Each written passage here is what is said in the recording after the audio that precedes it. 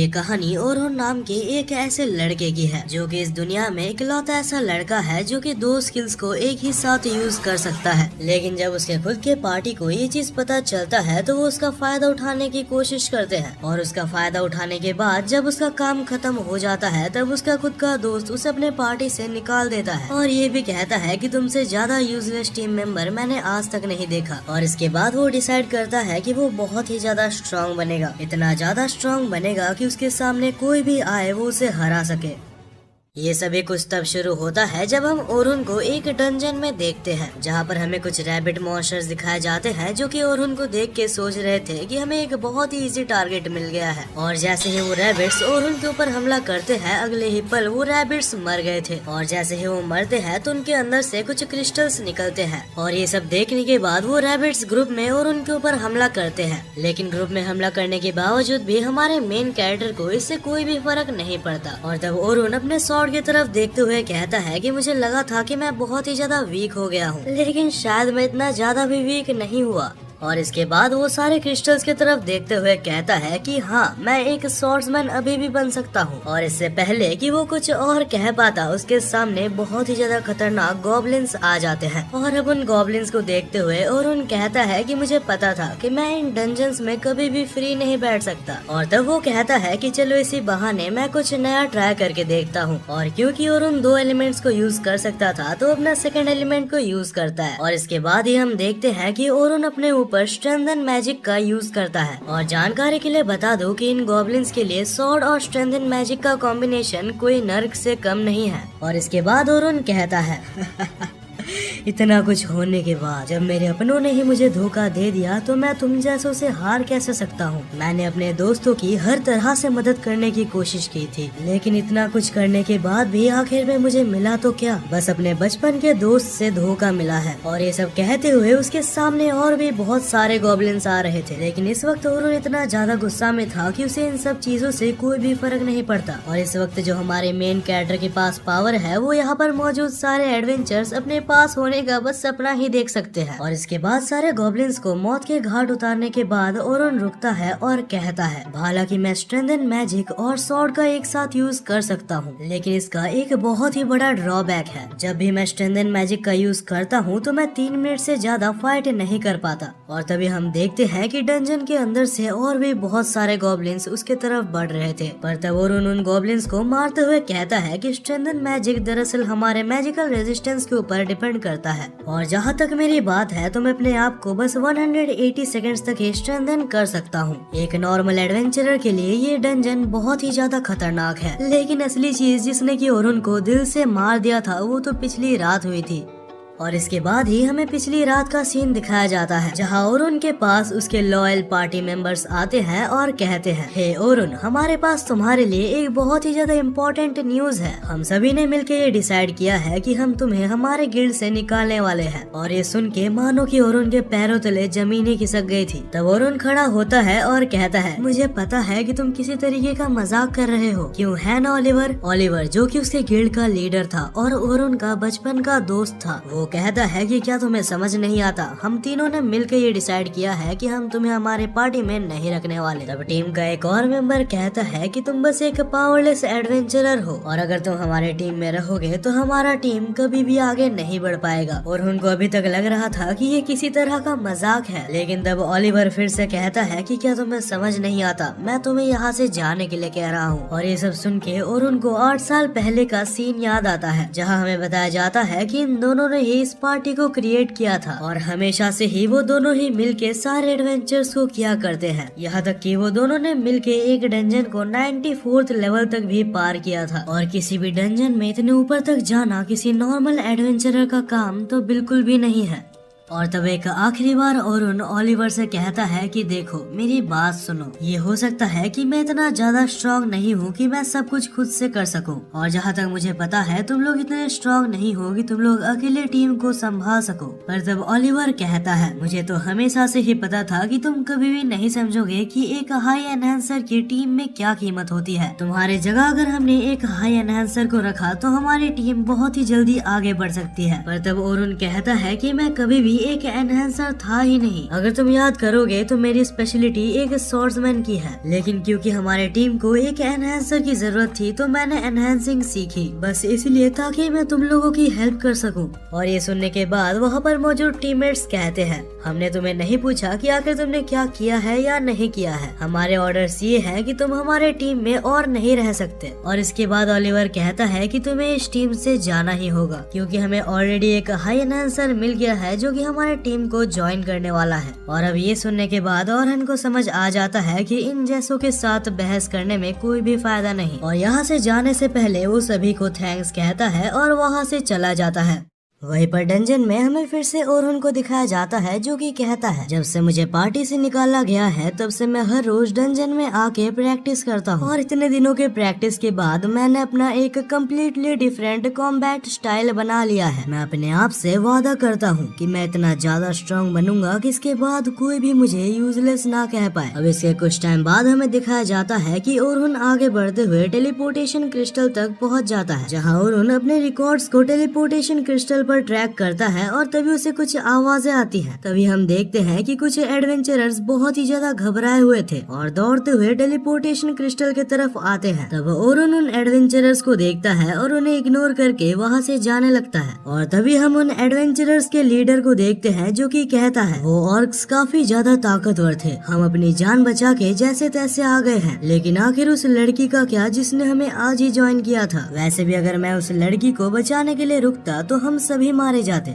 यहाँ तक कि वो लीडर ये तक कहता है कि उस लड़की ने बस आज ही तो ज्वाइन किया था, अगर वो मारी भी जाती है तो हमें कोई फर्क नहीं पड़ेगा। वहीं पर ओरहन इन सारी ही बातों को खड़े होकर सुन रहा होता है। ओरहन को बहुत ही अच्छे से पता है कि अगर कोई किसी को मुसीबत के वक्त पे अकेला छोड़ दे तो कैसा फील होता है। और तब फाइनली ओरहन उन पार्टी मेंबर्स के तरफ मुड़ के उनसे कहता है, मैं तुम्हारी इस बकवास को इससे ज्यादा नहीं सुन सकता। तुम्हें अपने ऊपर शर्म आनी चाहिए कि तुम एक लड़की को अकेले छोड़कर भागते हुए यहाँ पर आ गए हो।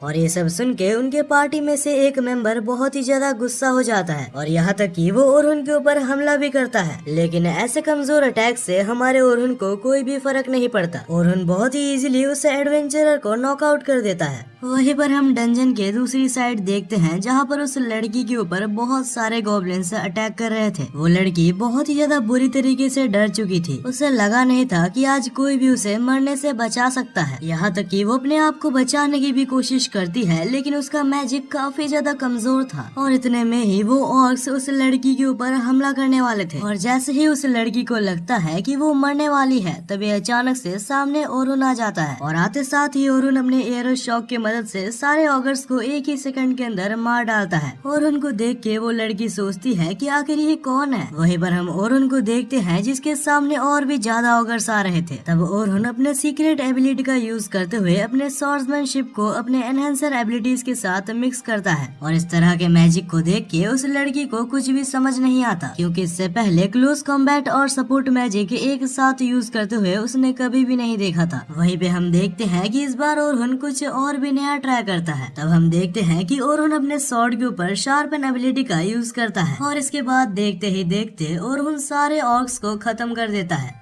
और ये सब खत्म होने के बाद फाइनली वो लड़की चैन की सांस लेती है। यहाँ तक कि वो लड़की इतना ज्यादा डर गई होती है कि वो रोने ही लगती है।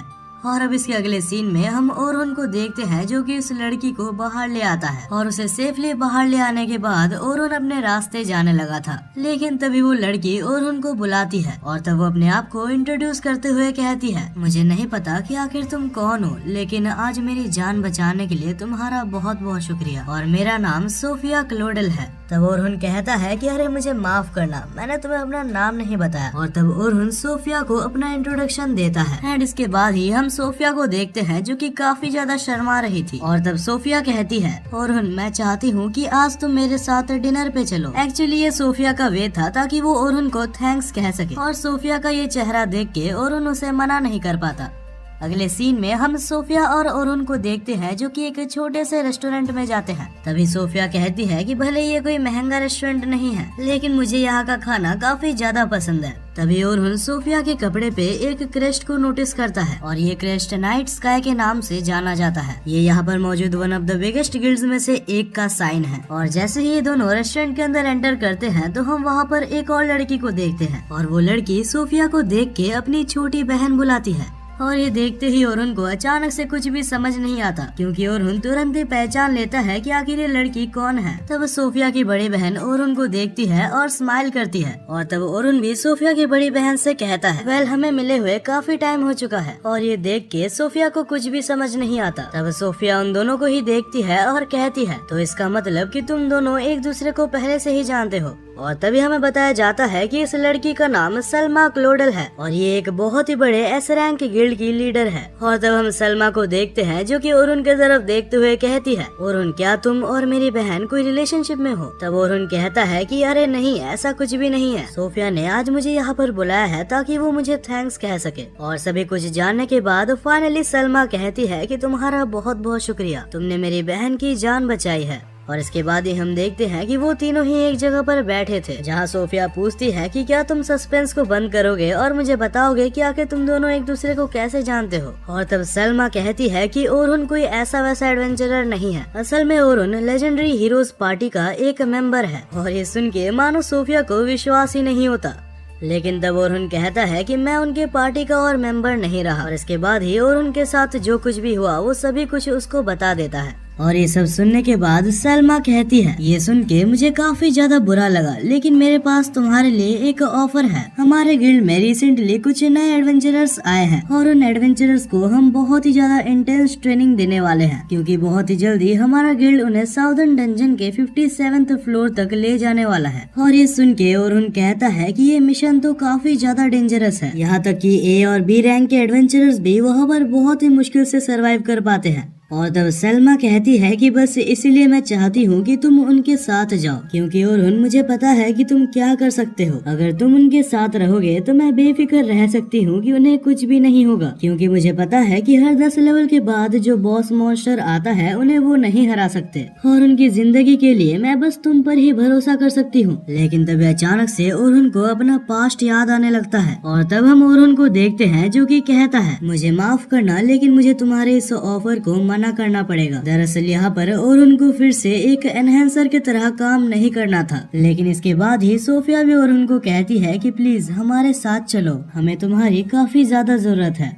और ये सुनने के बाद ओरहुन मना नहीं कर पाता और तब ओरहुन उन दोनों के साथ जाने के लिए मान जाता है। लेकिन तब वो सलमा से कहता है कि इस बार मैं एक स्वॉर्ड्समैन बन चुका हूँ और अगर कल से मैं तुम्हारे पार्टी में आता हूँ तो मैं एक स्वॉर्ड्समैन की तरह आऊंगा।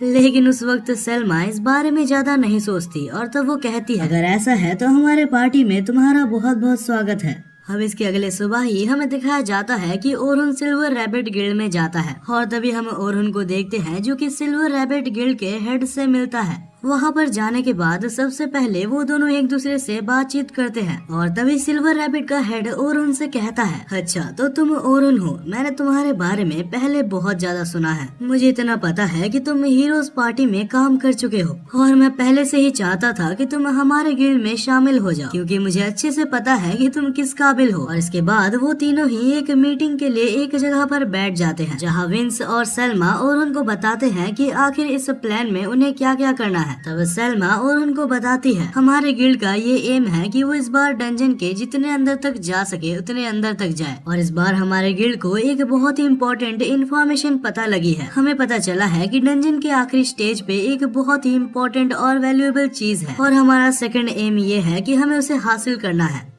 वहीं पर हमें कुछ टाइम पहले का सीन दिखाया जाता है जहाँ पर विंस और सलमा बात कर रहे थे। तब विंस कहता है कि मुझे हाल ही में पता चला है कि हीरोज पार्टी में से ओरहुन को निकाल दिया गया है। मुझे नहीं पता कि आखिर उन्होंने ऐसा क्यों किया, क्योंकि ओरहुन एक बहुत ही ज्यादा पावरफुल कैंडिडेट है। लेकिन फिर भी अगर कुछ भी करके हम उसे अपने पार्टी में शामिल कर सके तो हमारे गिल्ड का इसमें बहुत ही ज्यादा फायदा है। वहीं पर प्रेजेंट में हमें दिखाया जाता है कि ओरहुन सारे ही प्लान उनके सुन चुका था। हालांकि उनके प्लान सुनने के बाद ओरहुन को उनके ऊपर बहुत ही ज्यादा शक होता है और उनका ऐसा लगता है कि सलमा और विंस उससे कुछ चीजें छुपा रहे हैं। लेकिन उस वक्त बस ओरहुन उनकी बात सुनता है और कुछ भी नहीं बोलता। अब अगले ही सुबह हमें दिखाया जाता है कि ओरन उस जगह पर आ चुका था जहाँ से वो लोग एडवेंचर चालू करने वाले थे। जहाँ पर आने के बाद ओरन देखता है कि वहाँ पर बहुत सारे अलग अलग एडवेंचरर्स हैं और कुछ देर बाद ही वहाँ पर सैल्मा और सोफिया भी आ जाती है। और तब ओरन सोफिया को नोटिस करता है जिसने की एक अलग टाइप की ड्रेस पहनी हुई थी और ये ड्रेस बस वही पहनते हैं जिन्होंने बस अभी एडवेंचर करना चालू किया होता है। और तभी ओरन सोफिया से कहता है, वैसे सोफिया ये ड्रेस तुम्हारे ऊपर काफी अच्छी लग रही है। और ये सुनने के बाद सोफिया बहुत ही ज्यादा शर्मा गई होती है।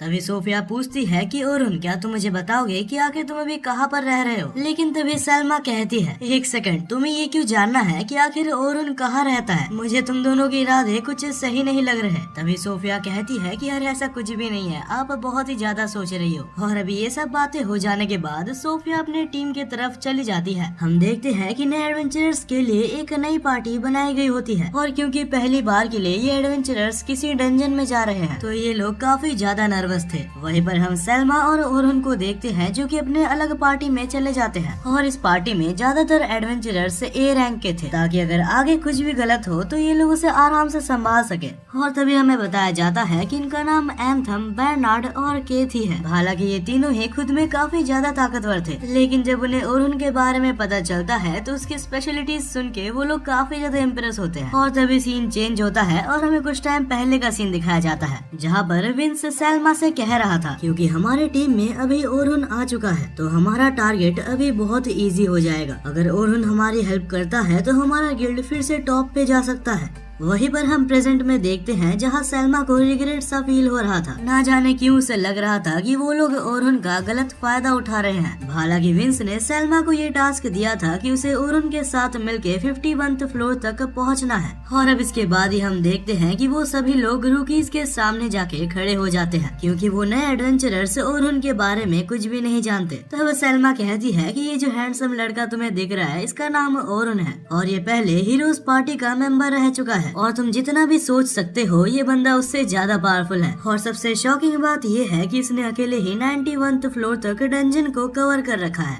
और ये सुनने के बाद मानो सारे एडवेंचरर्स बहुत ही ज्यादा चौंक गए थे क्योंकि डंजन में 91th फ्लोर तक जाना कोई बच्चों का खेल नहीं है। और ऊपर से ओरन हीरोज पार्टी का एक मेंबर भी रह चुका है। और जब उन्हें ये सब चीजें पता लगती है तो उन्हें ओरन के ऊपर काफी ज्यादा भरोसा आ जाता है। और उनके रिएक्शंस देख के ओरन कहता है, मुझे लगता है कि तुमने कुछ ज्यादा ही बोल दिया। अब उनको ये गलतफहमी हो गई है कि मैं ताकतवर हूँ। तब सैल्मा कहती है कि कोई बात नहीं, कम से कम तुम्हारे बारे में सुनकर वो लोग काफी ज्यादा कॉन्फिडेंट है। और अब ये सब सुन के ओरन इसके बाद कुछ भी नहीं बोल पाता। अब इसके बाद ही हमें दिखाया जाता है कि सारे नए एडवेंचरर्स 4-4 के ग्रुप में डिवाइड हो जाते हैं, लेकिन ओरन को जो ग्रुप मिला होता है उसमें बस 3 ही लोग होते हैं। इतने में ही ओरन कहता है कि क्या हमारे पार्टी का कोई मेंबर अभी तक नहीं आया है। लेकिन तभी वहाँ पर एक लड़का जिसका नाम लोगन था वो कहता है कि इतने सारे एडवेंचरर्स में से हम तीनों ही सबसे ज्यादा स्ट्रॉन्गेस्ट हैं और हम सभी एडवेंचरर्स में से एक एडवेंचरर कम था तो हम तीनों स्ट्रॉन्गेस्ट को एक ही ग्रुप में रख दिया गया है और वैसे भी हम तीनों ही काफी हैं। और इसके बाद ओरन कहता है तो ठीक है, इससे पहले कि हम आगे बढ़े हम एक दूसरे को इंट्रोड्यूस कर लेते हैं। और इसके बाद ही एक एक करके वो तीनों ही इंट्रोडक्शन देते हैं। तब सबसे पहले वो बच्चा कहता है कि मेरा नाम लोगन है और मैं एक बहुत ही ज्यादा पावरफुल एन्चेंटर हूँ और अगर आपको जानना है तो मैं बता दूं कि आगे चलकर सैल्मा को मैं ही हराऊंगा। भाई इस बच्चे की मस्ती तो देखो। अब इसके बाद ही हमें एक और लड़की दिखाई जाती है जिसका नाम कैरोलिन था। वो कहती है कि मैं एक डिफेंडर हूँ। तब ओरन पूछता है कि अगर तुम एक डिफेंडर हो तो तुम्हारी शील्ड कहाँ पर है। तब कैरोलिन कहती है कि शील्ड का मतलब क्या होता है, मैं तो बस मॉन्स्टर से आने वाले अटैक्स को डॉज कर सकती हूँ। और ये सुन के ओरन कहता है कि अगर ऐसा है तो तुम ज्यादा देर तक डंजन में सरवाइव नहीं कर पाओगी। लेकिन ऐसी बातें सुनकर लोगन और कैरोलिन ओरन को इग्नोर कर देते हैं। हालांकि तब सोफिया सामने आती है और कहती है मेरा नाम सोफिया क्लोडल है। वो कहती है कि मैं मैजिक्स को कास्ट कर सकती हूँ और साथ ही साथ उनके साथ अटैक भी कर सकती हूँ। और ये सुन के ओरन को लगता है कि चलो कोई तो ढंग का मिला। और अब उन तीनों को देखते हुए ओरन सोचता है कि आखिर ये कैसी ग्रुप मिल गई मुझे। इतना तो पता है कि इन तीनों के साथ मेरी रेड बहुत ही ज्यादा मुश्किल होने वाली है। अब इसके बाद ही हम डंजन के अंदर देखते हैं जहाँ कैरोलिन कहती है, और मुझे लगता है कि हीरोज पार्टी को छोड़ के तुमने बहुत ही अच्छा काम किया। मुझे तो लगता है कि तुम्हें उनसे रिवेंज लेना चाहिए। वैसे भी तुम सिल्वर रैबिट गिल्ड में आए हो जो कि हीरोज पार्टी का दुश्मन है। तब ओरुन कहता है कि मुझे किसी तरीके का रिवेंज नहीं लेना। मुझे पता था तुम किसी का बुरा नहीं सोच सकते। सोफिया ने मुझे बताया था कि तुम बहुत ही अच्छे आदमी हो। और ये सुन के सोफिया बहुत ही ज्यादा शर्माने लगती है। लेकिन तब अचानक से डंजन में से कुछ वुल्फ्स निकल के उनके पर हमला करने लगते हैं। हालांकि कुछ ही देर में वो सारे ही वुल्फ्स एलिमिनेट हो जाते हैं, क्योंकि ओरुन को पहले से पता था कि डंजन में कभी भी कुछ भी हो सकता है। और वैसे भी ओरुन ये सोच के आया था कि वो छोटे मोटे फाइट्स को इग्नोर करेगा, क्योंकि उसके पास इतना टाइम नहीं है और उसे 51th फ्लोर तक पहुँचना है। अब इसके बाद ही हमें कुछ टाइम बाद का सीन दिखाया जाता है जहां वो लोग 20th फ्लोर तक पहुंच चुके थे। और जैसा ओरुन ने इन तीनों के बारे में सोचा था, ये तीनों उनसे काफी ज्यादा डिफरेंट है। लोगन, जिसके बारे में ओरुन ने सोचा था कि ये कोई काम का नहीं है, वो असल में इतना ज्यादा ताकतवर है कि अगर वो चाहे तो वो ए रैंक की टीम में भी शामिल हो सकता है। कैरोलिन, जिसने बोला था कि वो बस डॉज ही कर सकती है, असल में उसका स्पीड इतना ज्यादा है कि कोई उसे पकड़ ही नहीं सकता। और वो कुछ डैगर्स का भी यूज करती है अपने सेफ्टी के लिए। और इसके बाद ही हमारी सोफिया आती है जो कि काफी अच्छी मैजिक कर लेती है। लेकिन देखा जाए तो ओवरऑल ये तीनों अभी भी काफी ज्यादा वीक हैं और इन्हें अभी भी एक प्रॉपर गाइडेंस की जरूरत है जिनसे कि ये सब कुछ सीख सके। अब इसके अगले सीन में ही हम देखते हैं कि सभी लोग अभी 20th फ्लोर तक पहुंच चुके थे। तब सैल्मा कहती है कि सारे एडवेंचरर्स एक एक करके जाओ और मैजिकल क्रिस्टल में अपने आप को रजिस्टर कर लो, क्योंकि कल से हमारा एडवेंचर 21st फ्लोर से चालू होने वाला है। और इसी के साथ आज का इनका दिन यहीं पर खत्म होता है। अब इसके बाद अगली सुबह हम देखते हैं जहां ओरुन जस्ट सो के उठा होता है और वो जैसे ही न्यूज़पेपर देखता है तो वो बहुत ही ज्यादा गुस्सा हो जाता है, क्योंकि न्यूज़पेपर में ऐसा लिखा गया था कि ओरुन को हीरोज पार्टी से धक्के मार के निकाल दिया गया है। ओरुन उसके बारे में ऐसा कुछ देख के बहुत ही ज्यादा गुस्सा था। लेकिन बात ये है कि अभी उसे कोई भी फर्क नहीं पड़ता कि आखिर वो लोग उसके बारे में क्या कहते हैं।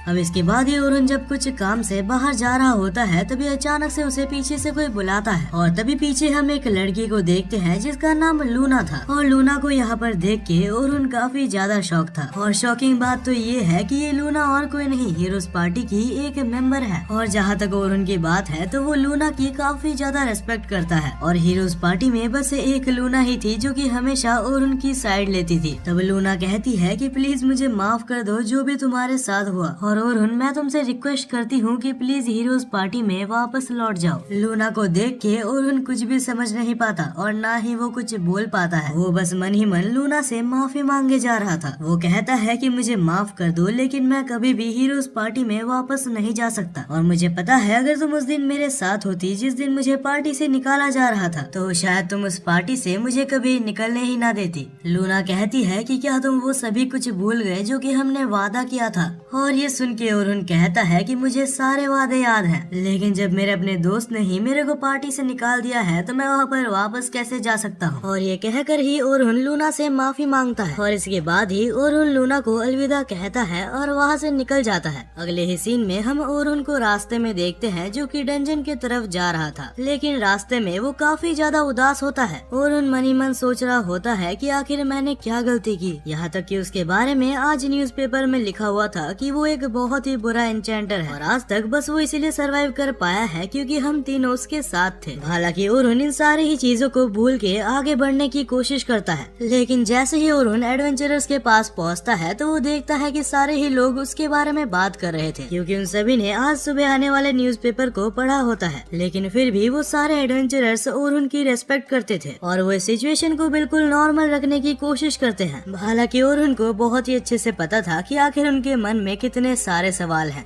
और तभी कैरोलिन पूछती है कि ओरुन मुझे पता है कि आज सुबह जो भी न्यूज़पेपर में आया सभी कुछ गलत है। तभी ओरुन कहता है कि हाँ ये एक तरीके से गलत है, लेकिन ये इन्फॉर्मेशन पूरी तरीके से गलत नहीं है क्योंकि मैं इतना ज्यादा भी स्ट्रॉन्ग नहीं हूँ जितना तुम लोग सोचते हो। लेकिन तभी सोफिया बीच में बोलती है कि नहीं ऐसा हो ही नहीं सकता ओरुन, मैंने तुम्हारी ताकत देखी है और तुम काफी ज्यादा स्ट्रॉन्ग हो। लेकिन यहाँ पर लोगन के दिमाग में कुछ और ही चल रहा होता है और लोगन अभी ओरुन को बहुत ही ज्यादा वीक समझने लगता है, जिस वजह से लोगन अभी उसकी उतनी ज्यादा रेस्पेक्ट नहीं करता जितना कि वो उससे पहले किया करता था। हालांकि इसके बाद ही हम देखते हैं कि इनका एडवेंचर वहीं से रिज्यूम होता है जहाँ पर इन्होंने कल एडवेंचर करना बंद किया था। और तब ओरुन उन तीनों से कहता है, यहाँ से हमारा एडवेंचर अभी हार्ड होने वाला है, तो मैं चाहता हूँ कि तुम तीनों अभी के लिए लीड लो। और ये सुन के सोफिया और कैरोलिन काफी ज्यादा खुश होते हैं, लेकिन लोगन उसको इग्नोर कर रहा होता है। और इसके बाद ही धीरे धीरे ये तीनों मिलके डंजन के एक एक स्टेज को क्लियर कर रहे होते हैं। हालांकि इस दौरान उन तीनों को काफी ज्यादा प्रॉब्लम्स भी आती है, लेकिन हमारा ओरुन उन सारी ही प्रॉब्लम्स को आराम से संभाल लेता है। और ऐसे ही करते करते फाइनली ये लोग 31st फ्लोर तक पहुंच जाते हैं। लेकिन यहाँ पर पहुँचते साथ ही ओरुन को कुछ अजीब सा महसूस होता है और वो कहता है कि जब तक मैं ना बोलूं तब तक पीछे ही रहना। और तभी हम देखते हैं कि डंजन के अंदर में से बहुत सारे ऑगर्स और मॉन्स्टर्स निकल के आते हैं। और जैसे ही मॉन्स्टर्स आते हैं तो ओरुन कहता है कि सभी लोग रेडी हो जाओ। और तब ओरुन कहता है कि कैरोलिन, क्या तुम गॉब्लिन्स को संभाल सकती हो? और ये सुनते साथ ही कैरोलिन गॉब्लिन्स की तरफ भागने लगती है। और तब ओरुन कहता है कि सोफिया, तुम अपने मैजिक की मदद से ऑर्क्स के ऊपर हमला करो। लेकिन सोफिया ये सब करने से काफी ज्यादा डर रही होती है। और तब ओरुन लोगन को ऑर्डर्स देने वाला था, उससे पहले ही लोगन एक मैजिक करने लगता है। और तब लोगन मन ही मन सोच रहा होता है कि आखिर इतने बेसिक अटैक्स के लिए हमें ऑर्डर्स लेने की क्या जरूरत है। और वो ये भी सोच रहा होता है कि शायद जो आज सुबह न्यूज़पेपर में लिखा था वो सभी कुछ सच था। वहीं पे हम देखते हैं कि कैरोलिन काफी इजीली सारे गॉब्लिन्स को हरा रही होती है। और जहाँ तक बात हमारी सोफिया की है तो वो काफी ज्यादा डरी हुई थी। और वो शायद इसलिए है क्योंकि इससे पहले भी एक बार हमारे सोफिया के सामने कुछ ऑगर्स आए थे और वो कुछ भी नहीं कर पाई थी। लेकिन इस चीज को ओरुन नोटिस कर लेता है और तब ओरुन एक मैजिक का यूज करता है जिसका नाम एबिलिटी डाउन था। और यार लिटरली इस मैजिक से ओरुन अपने ओपोनेंट्स के एबिलिटीज को डाउन कर सकता है। और इसके बाद ही ओरुन सोफिया के पास जाता है और कहता है, सोफिया तुम डरो मत, मैं तुम्हारे साथ हूँ। और सिर्फ मैं नहीं, तुम्हारे सारे टीममेट्स भी तुम्हारे साथ हैं। और ये सुन के सोफिया को काफी ज्यादा अच्छा लगता है। और इसके बाद ही सोफिया अपने फायर मैजिक की मदद से उस ऑर्क के ऊपर हमला करती है। और यार लिटरली वो अटैक इतना ज्यादा पावरफुल था कि एक ही अटैक के साथ वो ऑर्क वहीं पर जल जाता है। और ये फाइट ओवर होने के बाद जहाँ फाइनली सभी लोग बहुत ही ज्यादा खुश थे, वहाँ लोगन ने ओरुन की उस एबिलिटी को नोटिस कर लिया था। और उसे समझ नहीं आता कि आखिर इतने पावरफुल एबिलिटीज ओरुन के पास कैसे आए। अब इसके अगले सीन में हम देखते हैं कि ये लोग फाइनली 35th फ्लोर तक पहुंच चुके थे। और ये floor one of the strongest floor में से एक था। और इनके आज का मिशन ये था कि उन्हें आज इस फ्लोर तक पहुंचना है। और जैसे ही वो लोग इस फ्लोर में आते हैं तो उनके सामने एक टेरेंटुला मॉन्स्टर आ जाता है। और उस मॉन्स्टर को देख के ये तीनों बहुत ही ज्यादा घबरा गए होते हैं, क्योंकि ये एक ऐसा वैसा मॉन्स्टर नहीं है, ये एक बॉस मॉन्स्टर है। लेकिन तब ओरुन कहता है कि जैसा मैं कहता हूँ बस वैसा ही करो। और तब वो लोगन को कहता है कि तुम कैरोलिन और सोफिया के एबिलिटीज को एनहेंस करो। हालांकि लोगन इस बात को नहीं मान रहा होता और वो कहता है कि मैं भी जाके लड़ना चाहता हूँ। लेकिन तब ओरुन कहता है कि इस वक्त अगर तुम तीनों ही लड़ने के लिए चले जाओ तो सपोर्ट के लिए कोई भी नहीं रहेगा। और इसके बाद ही लोगन ओरुन की बात मानते हुए सपोर्ट मैजिक की मदद से दोनों को एनहेंस करता है। और इसके बाद ही ओरुन कहता है कि कैरोलिन, उस मॉन्स्टर का ध्यान तुम्हें अपनी तरफ लाना होगा। और जैसे ही कैरोलिन उस मॉन्स्टर का ध्यान भटकाती है, तभी सोफिया विंड कटर नाम के एक मैजिक की मदद से उस मॉन्स्टर के ऊपर हमला करती है। और ये मैजिक इतना ज्यादा खतरनाक था कि उस मॉन्स्टर के एक साइड के पैर कट चुके थे। हालांकि तभी ओरुन कहता है कि ये फाइट अभी तक खत्म नहीं हुई। और इतने में ही हम देखते हैं कि उस मॉन्स्टर ने कैरोलिन को अपने जाल में फंसा लिया होता है। तब ओरुन कहता है कि अपने आप को निकालने की कोशिश करो, लेकिन कैरोलिन वहाँ पर बहुत ही बुरी तरीके से फंस चुकी थी और उनके पास और कोई चारा नहीं होता। और वो कैरोलिन के पास मौजूद सारे ब्लेड्स को शार्पन एबिलिटी से बहुत ही ज्यादा शार्प बना देता है। और इसकी मदद से वो आराम से वहाँ से निकल जाती है। और तब सोफिया अपने मैजिक की मदद से फिर से एक हमला करती है, जिससे कि वो मॉन्स्टर फाइनली मारा जाता है। और दिक्कत वाली बात ये है कि लोगन ने ओरुन की इस एबिलिटी को भी देख लिया था। और इसके बाद ही सीन शिफ्ट होता है और हम देखते हैं कि ये लोग डंजन से बाहर निकल चुके थे, क्योंकि इनका आज का मिशन भी पूरी तरीके से कंप्लीट हो चुका था। रात होने ही वाली थी और सब लोग अपने घर जा रहे होते हैं। लेकिन जब ओरुन अपने घर जा रहा होता है तब उसको पीछे से उसके पार्टी मेंबर्स बुलाते हैं और कहते हैं कि ओरुन, अगर तुम बिजी नहीं हो तो क्या तुम आज रात हमारे साथ पार्टी करने चलना चाहोगे? तब ओरुन कहता है कि क्या तुम मुझे बुला रहे हो? हाँ, मतलब हमें जहाँ तक पता है ओरुन तो तुम्हारा ही नाम है। और अब इसके अगले ही सीन में हम तीनों को ही एक होटल में देखते हैं, जहाँ ये लोग आज सुबह आई हुई न्यूज़पेपर के बारे में बात कर रहे थे। वो कहते हैं कि मुझे पता है आज सुबह की न्यूज़पेपर पूरी तरीके से फेक थी, लेकिन ओरुन हमें ये जानना है कि आखिर तुम एक एन्चेंटर से एक स्वॉर्ड्समैन क्यों बने? तब तब ओरहन कहता है कि भले ही वो आर्टिकल पूरी तरीके से फेक था, लेकिन मैं मानता हूँ कि मेरे अंदर काफी सारी कमियां हैं। और इसके बाद ही ओरहन बताता है कि आखिर वो एक स्वॉर्ड्समैन क्यों बना। जब मैं बहुत ही ज्यादा छोटा था और अपने ग्रैंड पेरेंट्स के साथ रहता था, तब मेरे ग्रैंड पेरेंट्स एक स्वॉर्ड्समैन थे और एक दिन उन्होंने पूरे विलेज को एक मॉन्स्टर से बचाया था। और जब मैंने उनको हजारों लोगों की जान बचाते हुए देखा तो वो चीज मुझे बहुत ही ज्यादा अच्छी लगी और उसी दिन से मैं एक स्वॉर्ड्समैन बनने के लिए प्रैक्टिस करता रहा। लेकिन जब मैंने हीरोज पार्टी को ज्वाइन किया तो वहाँ पर ऑलरेडी एक स्वॉर्ड्समैन था और 2 स्वॉर्ड्समैन होने की वजह से हमारी पार्टी अच्छे से परफॉर्म नहीं कर पा रही थी। तब हमारे पार्टी को सपोर्ट करने के लिए मैंने अपना क्लास बदल के एनहांसर रख लिया। और तभी प्रेजेंट में ओरहन कहता है कि मुझे उनके बारे में और बात नहीं करनी, क्योंकि मैं अपने पास्ट को पीछे छोड़ चुका हूँ और मैं फिलहाल एक स्वॉर्ड्समैन हूँ। यहाँ से सीन शिफ्ट होता है और हम तीनों ही स्टूडेंट को देखते हैं जो कि घर जा रहे थे, जहाँ लोगन काफी ज्यादा चिंता में डूबा हुआ था और वो पूछता है कि सोफिया, जिस दिन ओरहन ने तुम्हें बचाया था क्या वो अकेला था? तब सोफिया कहती है कि हाँ, जिस दिन मुझे ओरहन ने बचाया था वो बिल्कुल ही अकेला था और उसने हाई लेवल विंड मैजिक और एनहांसिंग एबिलिटीज को एक साथ मिक्स कर दिया था। और जहाँ तक मुझे याद है उसने 1 मिनट के अंदर ही 50 से ज्यादा ऑगर्स को मार दिया था। लोगन को इस वक्त ओरहन के पावर्स के ऊपर बहुत ही ज्यादा शक हो रहा होता है, क्योंकि अगर जो सोफिया बोल रही है वो सच है तो इसका मतलब ओरहन एक बहुत ही इंसेन लेवल का एडवेंचरर है। और इसके बाद लोगन डिसाइड करता है कि वो ओरहन से जितना कुछ हो सकेगा उतना कुछ सीखेगा, ताकि वो एक दिन ओरहन को सरपास कर पाए। वहीं पे हम ओरहन को देखते हैं जो कि अभी भी अपने पार्टी के साथ बैठा हुआ था। और तब ओरहन कहता है कि ऐसा भी हो सकता है कि मेरे बिना हीरोज पार्टी 94th लेवल को क्लियर ना कर पाए। और जब ओरहन से पूछा जाता है कि आखिर तुम्हारा गोल क्या है, तब ओरहन कहता है कि मैं इतना ज्यादा स्ट्रॉन्ग बनना चाहता हूँ कि एक दिन मैं डंजन के डीपेस्ट फ्लोर को खुद से ही क्लियर कर सकूं। हालांकि ये गोल सुन के उनको बिलीव नहीं होता, लेकिन वो अपने दोस्त के ऊपर भरोसा करते हैं।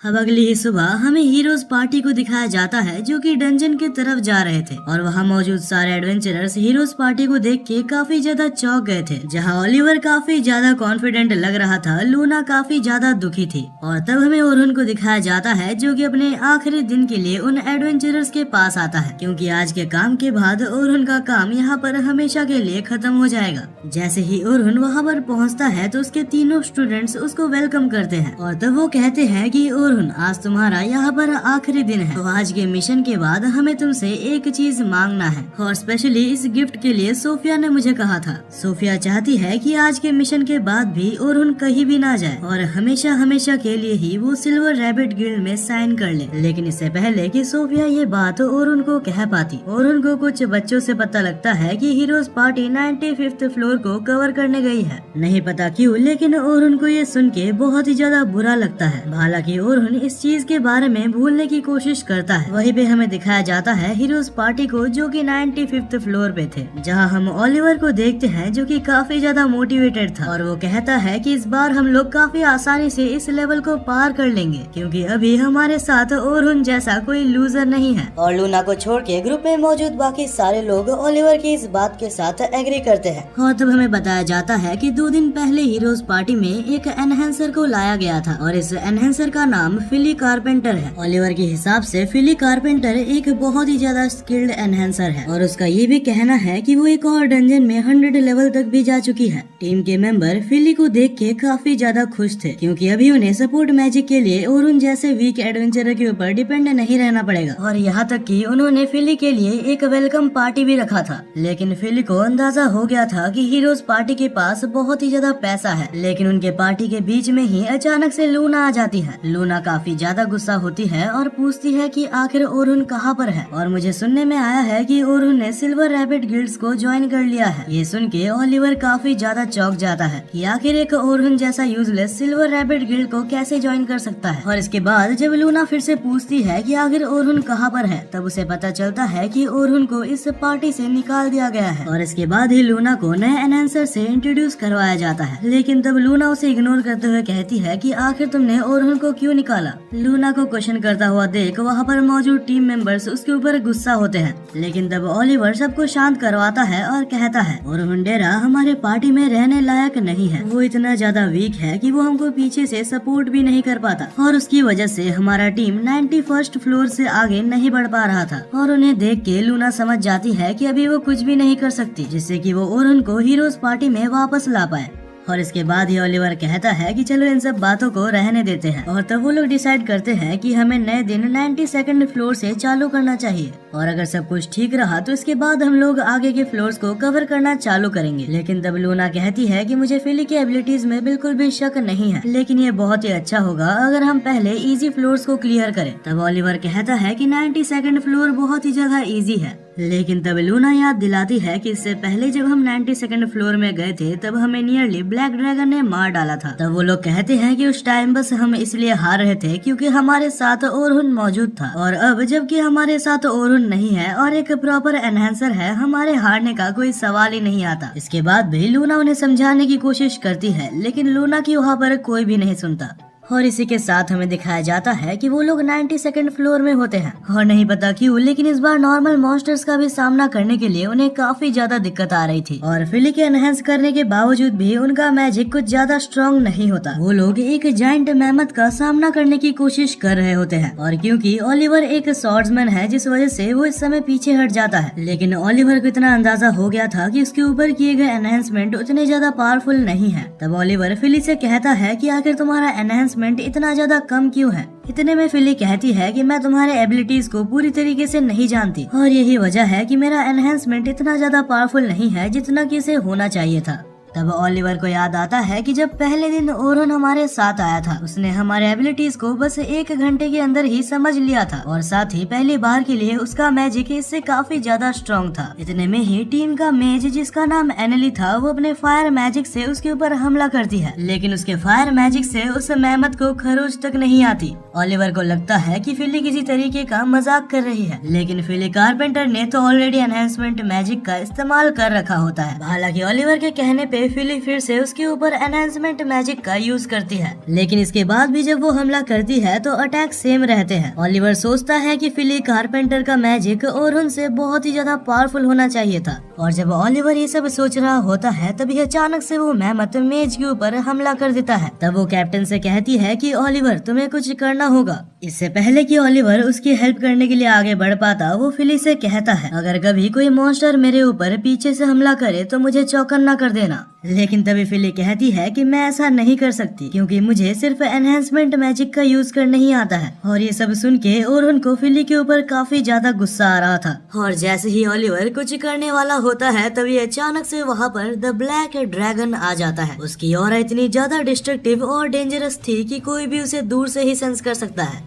तब ओलिवर डरते हुए कहता है कि लेकिन कैसे? जहाँ तक मुझे पता है ब्लैक ड्रैगन एक फ्लोर बॉस है और एक फ्लोर बॉस कभी भी अपना रूम छोड़ के नहीं आता। और इतने में ही जिस मेहमत को उन्हें हराने में इतनी ज्यादा दिक्कत आ रही थी उस मेहमत को वो ड्रैगन उनकी आंखों के सामने ही एक पल के अंदर कुचल देता है। उसे देखते साथ ही लूना कहती है कि हमें जल्द से जल्द यहाँ से रिट्रीट करना होगा वरना हम सभी मारे जाएंगे। लेकिन पार्टी के मेंबर्स लूना की बात नहीं सुनते। वो कहते हैं कि इससे पहले भी ये ड्रैगन हमारे सामने एक बार आ चुका है और हमें इसकी एबिलिटीज पता है तो हम इसे हरा सकते हैं। लेकिन जब वो ड्रैगन के ऊपर हमला करने की कोशिश करता है तो ड्रैगन बस एक छोटे से हमले से उसको बहुत ही दूर फेंक देता है। टीम का एक मेंबर बहुत ही बुरी तरीके से इंजर्ड हो चुका था और लूना इसे हील कर रही थी। लूना बार बार कह रही होती है कि हम इसका सामना नहीं कर पाएंगे, और इतने में जैसे ही ओलिवर पीछे मुड़ता है तो वो देखता है कि फिली कारपेंटर पूरी तरीके से फ्रीज हो चुकी थी। और तभी ड्रैगन एक और फायरबॉल लॉन्च करता है जो कि सीधा एनली के ऊपर जाके गिरता है। टीम के सारे मेन मेंबर्स अभी पूरी तरीके से इंजर्ड हो चुके थे, और तब ओलिवर जैसे तैसे फिली को होश में लाता है और तब फिली ओलिवर के ऊपर एनहेंसमेंट मैजिक का यूज करती है। और तभी ओलिवर अपने सीक्रेट मैजिक का यूज करता है, लेकिन इस मैजिक को करने में भी कुछ टाइम रिक्वायरमेंट की जरूरत होती है। लेकिन ओलिवर के पास इतना ज्यादा टाइम नहीं था, जिस वजह से ओलिवर तभी अपने डिवाइन फ्लैश की मदद से उस ड्रैगन के ऊपर हमला करता है। वो अटैक सच में इतना ज्यादा स्ट्रॉन्ग था कि उसने ड्रैगन के अटैक तक को रोक दिया था। लेकिन जब धूल हटती है तो वो देखता है कि ड्रैगन को एक खरोच तक नहीं आई है और अपने टीम की इस हालत को देख के ओलिवर हार मान जाता है और फाइनली लूना से पूछता है कि आखिर अभी हमें क्या करना चाहिए। तब लूना ओलिवर के सामने आती है और कहती है, मुझे अंदाजा था कि ऐसा कुछ हो सकता है और इसीलिए मैंने एक मैजिकल पोर्टल अपने साथ लाया था। इसके मदद से हम यहाँ से निकल जरूर सकते हैं, लेकिन ये पोर्टल हमें डंजन में या तो ऊपर या तो नीचे कहीं भी टेलीपोर्ट कर सकता है और ऐसा भी हो सकता है कि इसके बाद हमें एक और बॉस का सामना करना पड़े। लेकिन black dragon one of the strongest bosses में से एक है, तो वो लोग डिसाइड करते हैं कि वो लोग पोर्टल का यूज करेंगे। लेकिन जैसे ही लूना पोर्टल ओपन करती है तो तभी अचानक से ड्रैगन पीछे से हमला करता है, जिस वजह से पोर्टल के सामने से सारे ही लोग हट जाते हैं और तभी वो ड्रैगन हमला करने के लिए उनकी तरफ बढ़ता है। लेकिन तब गलती से वो ड्रैगन उस पोर्टल से पास हो जाता है और इसके बाद ही द ब्लैक ड्रैगन यहाँ से गायब हो जाता है, जिस वजह से ये लोग काफी ज्यादा खुश हो जाते हैं। लेकिन तब लूना कहती है कि ये बिल्कुल भी ठीक नहीं हुआ, क्योंकि ऐसा भी हो सकता है कि ड्रैगन एक ऐसे प्लेस पे चला जाए जहाँ पर न्यू एडवेंचरर्स हो। तब लूना गिल्ड से कांटेक्ट करती है और उनके साथ क्या क्या हुआ सारी चीजें उनको बताती है और इसके बाद जल्द से जल्द पूरे डंजन को खाली करवाया जाता है और इसके बाद ही लूना सबको हील करना चालू करती है ताकि वो लोग यहाँ से जल्द निकल सके। हील होते वक्त ओलिवर कहता है कि इससे पहले जब हम ब्लैक ड्रैगन से लड़े थे तब हमने उसे बहुत ही इजीली हरा दिया था। तब लूना कहती है कि ओलिवर तुम्हें अभी तक समझ नहीं आया, हम उस वक्त ब्लैक ड्रैगन को बस इसलिए हरा पाए थे क्योंकि हमारे साथ ओरहन मौजूद था, लेकिन ओलिवर के साथ बाकी सारे लोग इस बात को नहीं मानते। तब लूना कहती है कि अगर तुम्हें लगता है मैं झूठ बोल रही हूँ तो मेरे एक बात का जवाब दो। अगर तुम्हें लगता है कि फिली कारपेंटर एक बहुत ही अच्छी एनहेंसर है तो आखिर वो तुम्हें एनहेंस क्यों नहीं कर पाई। और इस क्वेश्चन का ओलिवर और फिली कारपेंटर दोनों के पास ही कोई जवाब नहीं होता। तब लूना जवाब देते हुए कहती है कि हमारे हीरोज पार्टी में सबकी स्ट्रेंथ इतनी ज्यादा है, चाहे कोई कितना भी ज्यादा स्ट्रॉन्ग क्यों ना हो, हम पांचों को वो एक साथ एनहेंस नहीं कर सकता। लेकिन हमारा ओरहन इस बात को पहले से जानता था, जिस वजह से उसने दिन रात मेहनत करके अपने खुद के ओरिजिनल स्पेल्स बनाए ताकि वो हम पांचों को एक साथ एनहेंस कर सके। इसके बावजूद कि वो एक स्वॉर्ड्समैन है और उसके स्पेल्स इतने ज्यादा ताकतवर है कि वो हमको एक साथ 50 टाइम्स तक स्ट्रॉन्गर बना सकते हैं और यही वजह है कि पहली बार हम द ब्लैक ड्रैगन को हरा पाए थे। तब ओलिवर को रियलाइज होता है कि इससे पहले वो जब भी डिवाइन फ्लैश का यूज किया करता था वो काफी ज्यादा स्ट्रॉन्ग थी और ये सिर्फ ओलिवर ही नहीं बाकी सारे मेंबर्स सोच रहे होते हैं और इसके साथ ही भागते हुए वो लोग डंजन से बाहर निकल जाते हैं। और इसी के साथ आज का हमारा वीडियो यहीं पर खत्म होता है और सच में इस एनिमे की स्टोरी लाइन काफी ज्यादा मजेदार है। अगर आपको इस एनिमे के आने वाले एपिसोड्स की भी एक्सप्लेनेशन चाहिए तो आप चैनल को सब्सक्राइब जरूर से कर लेना।